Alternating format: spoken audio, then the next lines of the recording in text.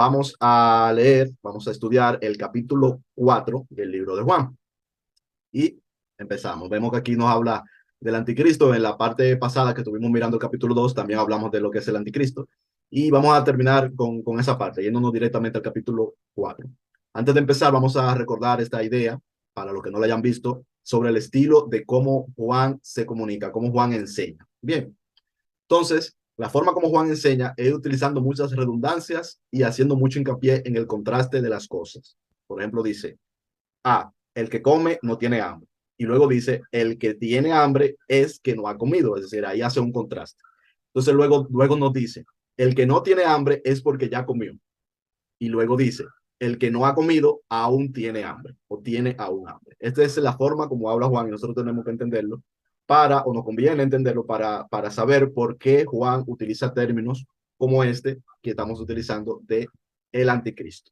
Bien, dice, amados, no creáis a todo espíritu, sino probad los espíritus si son de Dios, porque muchos falsos profetas han salido por el mundo. En esto conoced el Espíritu de Dios. Todo espíritu que confiese que Jesucristo ha venido en carne es de Dios, y todo espíritu que no confiesa que Jesucristo ha venido en carne no es de Dios. Y este es el espíritu del anticristo, el cual vosotros habéis oído que viene y que ahora ya está en el mundo. Claro, el estilo de Juan, que dice la cosa de una manera, luego la dice de otra y hace el contraste. ¿Qué está haciendo Juan aquí? Está haciendo un contraste entre el espíritu de Dios y el espíritu del anticristo. Pero aquí también nos está introduciendo una idea. Aquí es donde Juan comienza a hablar de anticristo en singular. ¿A qué se refiere Juan con anticristo en singular? A un espíritu, a un espíritu. Y ese espíritu él lo está comparando con el espíritu de Dios. El espíritu de Dios es uno.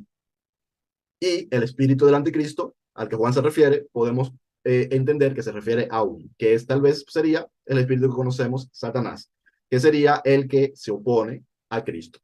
Y es el que hace que las personas, como vimos en el capítulo 2, se conviertan en anticristos. Otra cosa que vemos aquí es la misma idea que Juan nos está diciendo, que el anticristo ya está presente.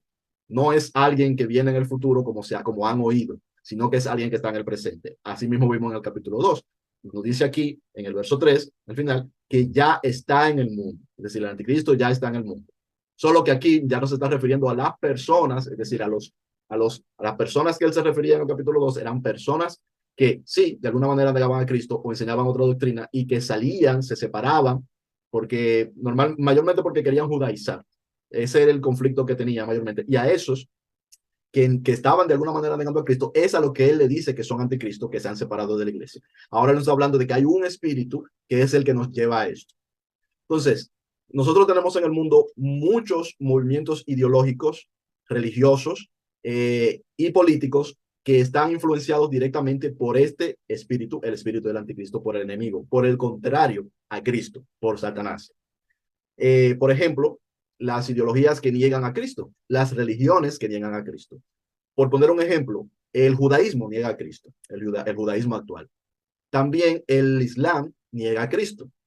También, como algunos ya saben, en algún momento algunas ideologías políticas también negaron a Cristo. Y hay muchísimas otras religiones, ideologías políticas, el comunismo del siglo pasado, etcétera, que niegan a Cristo, que dicen que no hay Cristo. Y el ateísmo, que también es una forma, una ideología, una religión, que también niega a Cristo. Todas estas cosas vienen de qué? De un espíritu, del espíritu del anticristo.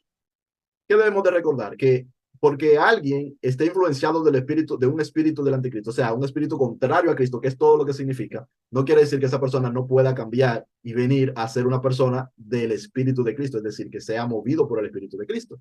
Porque esto nosotros lo hemos visto, perdón, en nuestras vidas y lo hemos visto también en la vida de los discípulos de Jesús, los apóstoles, y de ellos el más remarcable, Pablo, que en algún momento fue anticristo, estuvo en contra de Cristo, negaba que Cristo fuera Dios, que había venido en carne. Todo lo que Juan dice sobre lo que un anticristo lo cumplía Saulo de Tarso. Pero él cambió, es decir, que ser anticristo no quiere decir, que una persona sea anticristo no quiere decir que lo va a hacer por siempre. Y nosotros sabemos que para que todo sea restaurado, toda rodilla tiene que doblarse voluntariamente y todos tienen que llegar a reconocer a Cristo. Es decir, que todos aquellos que hoy son anticristos tienen que llegar un día a dejar de serlo. ¿Por qué? Porque algún día van a saber quién es Él, quién es Cristo, cuál es su inmenso amor, cómo le ama, y le va a reconocer, y le va a querer, le va a amar, y le va a seguir. Y Cristo no le va a echar fuera. Como dice él, todo el que viene a mí, yo no le echo fuera. A partir del verso 4 al verso 6, nos va a hablar de lo que es el espíritu de error. Y aquí vamos a ver otro de los contrastes que nos hace Juan. Hijitos, vosotros sois de Dios y los habéis vencido, porque mayor es el que está en vosotros, amén, que el que está en el mundo. Ellos son del mundo, por eso hablan del mundo, y el mundo los oye. Nosotros somos de Dios, el que conoce a Dios nos oye. El que no es de Dios no nos oye. En esto conocemos el espíritu de verdad y el espíritu de error.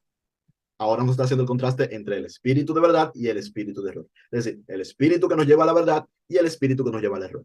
¿Qué nos dijo Jesucristo?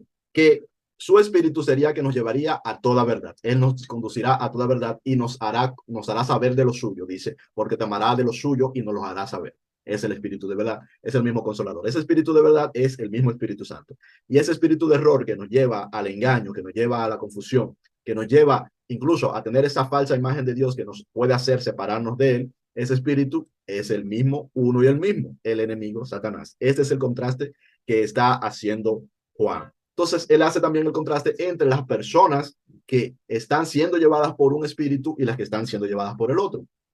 Las que están siendo llevadas por el espíritu de error, esas personas oyen lo del mundo. Es decir, esas son personas que, por ejemplo, por ser llevadas por este espíritu, en el punto en el cual todos nosotros hemos estado en uno y en otro momento, todos hemos sido de alguna manera engañados por este espíritu, cosa que la Biblia mismo nos dice que aún los santos serán engañados. Entonces, ¿qué nos lleva a esto? Por ejemplo, a justificar cosas como la venganza, por poner un ejemplo. Nosotros estamos viendo la noticia y de repente comenzamos a justificar la venganza, comenzamos a justificar las represalias. ¿Qué ha pasado en ese momento? Que hemos sido engañados, por lo menos en ese momento, por el espíritu de error. Y que hemos seguido la corriente del mundo. Porque ¿cuál es la corriente del mundo? Esa es la corriente del mundo. La corriente del mundo es eso, el hacer venganza, el hacer retribución, el encarcelar, el perseguir, el hacer cumplir las leyes por la fuerza. Esas son las cosas del mundo.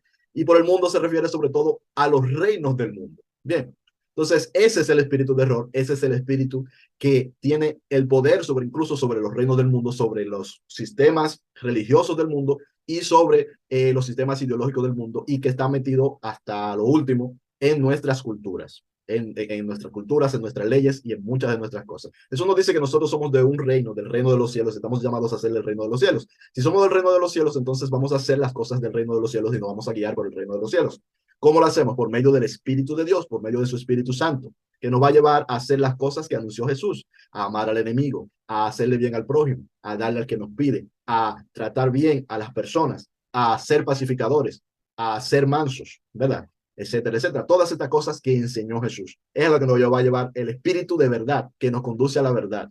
Que la verdad, por ejemplo, la violencia nunca procede del espíritu de verdad, sino que proviene del espíritu de error. Y cuando tú hablas esto, cuando hablamos esto, el mundo no nos va a entender. ¿Por qué? Porque la gente que está llevada o engañada todavía por este espíritu de error no nos va a escuchar.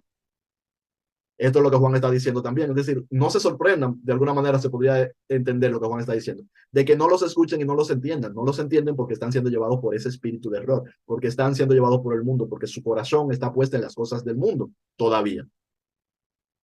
Si tu corazón está puesto en la cosa de los cielos, entonces tú vas a entender este mensaje.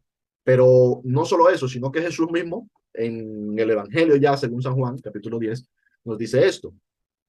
Mis ovejas oyen mi voz y yo las conozco y me siguen, dice. ¿Quiénes escuchan su voz? Sus ovejas. Y delante de todo esto lo que él dice, hay personas que ven las cosas que Jesús dice, ven las cosas que Jesús hace y dicen tiene demonio. Y dicen, esto no puede proceder de Dios, porque si procede de Dios, no puede violar estas y otras leyes que están, por ejemplo, en la Torá. Entonces, esas personas que dicen, este no puede venir de Dios, son personas que están siendo llevados por el mundo, por las cosas del mundo, están siendo engañados todavía. Y en tanto están siendo engañados por las cosas del mundo, no pueden escuchar la voz de Dios, no entienden lo que dice, como Jesús dice, ¿por qué no me pueden entender? ¿Por qué no entienden? ¿Por qué no me escuchan? Dice Jesús en un momento también en su predicación.